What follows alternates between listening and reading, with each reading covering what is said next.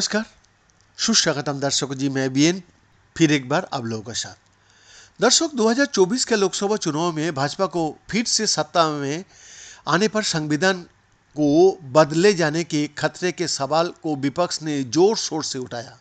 इस आशंका से अलग आजाद भारत के इतिहास में एक ऐसा भी मौका आया जब सही मायने में संविधान खतरे में पड़ा। जी हाँ, तत्कालीन सरकार ने सत्ता में बने रहने के लिए उसमें मनमाने फेरबदल किए, उसके मूल ढांचे पर प्रहार किया गया। तब क्या हुआ था, चलिए देखिए। 12 जून 1975 को इलाहाबाद हाईकोर्ट की जस्टिस जगमोहन लाल सिन्हा के एक अदालती फैसले ने देश में भूचाल ला दिया था। इस फैसले ने तत्कालीन प्रधानमंत्री इंदिरा गांधी का रायबरेली से लोकसभा का निर्वाचन चुनावी कदाचार की आरोपों में अवैध घोषित कर दिया था। गुजरात बिहार के छात्र युवा इस फैसले के पहले से ही सड़क पर थे। सर्वोदय नेता जयप्रकाश नारायण द्वारा उनकी अगुवाई संभाल लेने के बाद उत्तर भारत के अन्य राज्यों में भी भ्रष्टाचार विरोधी संपूर्ण क्रांति आंदोलन का विस्तार हो चुका था। अनेक विपक्षी दल उनके साथ थे। अदालती फैसले ने इंदिरा जी पर इस्तीफे का प्रस्ताव और बढ़ गया। जवाब में इंदिरा जी ने विपक्ष को कुचलने का रास्ता अपनाया, आंतरिक इमरजेंसी लगाई, असहमति की हर स्तर का मुंह बंद किया, प्रेस पर सेंसरशिप थोपी। 25 जून की रात जयप्रकाश नारायण, मोरारजी देसाई, चंद्रशेखर, राजनारायण सहित तमाम विपक्षी नेता जेल में ठूस दिए गया। गिरफ्तारियां का सिलसिला देशव्यापी था, जिसमें विपक्ष के बड़े नेताओं से लेकर सरकार विरोधी लाखों लोग शामिल थे। विपक्षियों को जेल में डालने के बाद अदालतों को हदों में बांधने का अभियान शुरू हुआ। 22 जुलाई 1975 को संविधान का 38वां संशोधन लाया गया। उसके जरिए इमरजेंसी की घोषणा को न्यायिक समीक्षा के दायरे से बाहर कर दिया गया।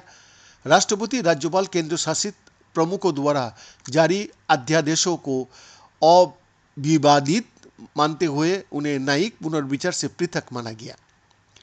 इलाहाबाद हाईकोर्ट के फैसले के खिलाफ सुप्रीम कोर्ट में लंबित अपील के फैसला का इंतजार नहीं किया गया। 10 अगस्त 1975 को पेश 39वां संशोधन ने राष्ट्रपति, उपराष्ट्रपति, प्रधानमंत्री तथा लोकसभा स्पीकर के निर्वाचन से संबंधित विवादों को न्यायिक परीक्षण से मुक्त कर दिया गया। 28 अगस्त 1976 को प्रस्तुत 42वां संशोधन का दायरा व्यापक था। संविधान की प्रस्तावना में समाजवादी, धर्मनिरपेक्ष, एकता, अखंडता शब्द जोड़े गए। मूल अधिकारों पर संविधान के नीति निर्देशक सिद्धांतों की सर्वोच्चता सुनिश्चित की गई। 10 मौलिक कर्तव्यों को अनुच्छेद 51 बटे भाग 4 के दायरे में जोड़ा गया। इसके द्वारा संविधान को न्यायिक परीक्षण से मुक्त किया गया। सभी लोकसभा, विधानसभा की सीटों को शताब्दी के अंत तक के लिए स्थिर किया गया। किसी केंद्रीय कानून के परीक्षण के लिए सर्वोच्च न्यायालय और राज्यों के कानून के लिए ये अधिकार हाईकोर्ट को दिया गया है, पर इसका उपबंध अदालतों के लिए किसी कानून को रद्द करना मुश्किल करता था। वो उपबंध था किसी भी संवैधानिक वैधता का प्रश्न पर 5 से अधिक न्यायाधीशों की बेंच द्वारा 2/3 बहुमत से निर्णय लिया जाएगा। यदि बेंच के न्यायाधीशों की संख्या 5 ही हो तो सर्वसम्मति से निर्णय लिया जाएगा। 1971 में चुनी लोकसभा का कार्यकाल 1976 में पूर्ण हो गया था।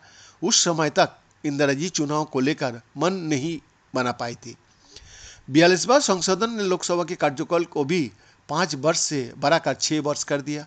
सत्ता की मनमानी और उसे मजबूत करने की कोशिश ने संविधान को माखौल में बदल दिया। किसी बुक सेंटर पर भारतीय संविधान की प्रति मांगने पर आजूबे के तौर पर देखा जाता था। एक आदत और एक आहत दुकानदार का जवाब था। जब ये छापना बंद हो चुका है, विपक्ष जेल में था, अदालत डरी हुई थी, प्रेस पाबंदियां में जकड़ा हुआ था, अनेक जजों और अखबारों ने सत्ता से तालमेल बिठाना सीख लिया था। जो टेरे पर नहीं आए, उन्हें पुलिस तथा अन्य सरकारी एजेंसियों का उत्पीड़न झेलना पड़ता था। लेकिन जोर जबरदस्ती का भी एक सीमा थी। दहशत के बीच इमरजेंसी की शुरुआती कामयाबी कुछ महीने बीतने तक लापता हो चुकी थी। हर तरफ से सरकारी मशीनरी को जुल्म और लूट की शिकायत थी। नैतिक बल खो देने के कारण सरकार अपनी चमक खो चुकी थी।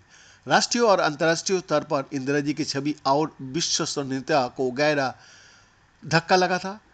खुशामदी उन्हें जीत के प्रति आश्वस्त कर रहे थे। खुफिया एजेंसी के लोगों को नौकरी बचानी थी। उन्होंने भी आसमानी अनुमान पेश किए। बीएन का एक्सक्लूसिव रिपोर्ट।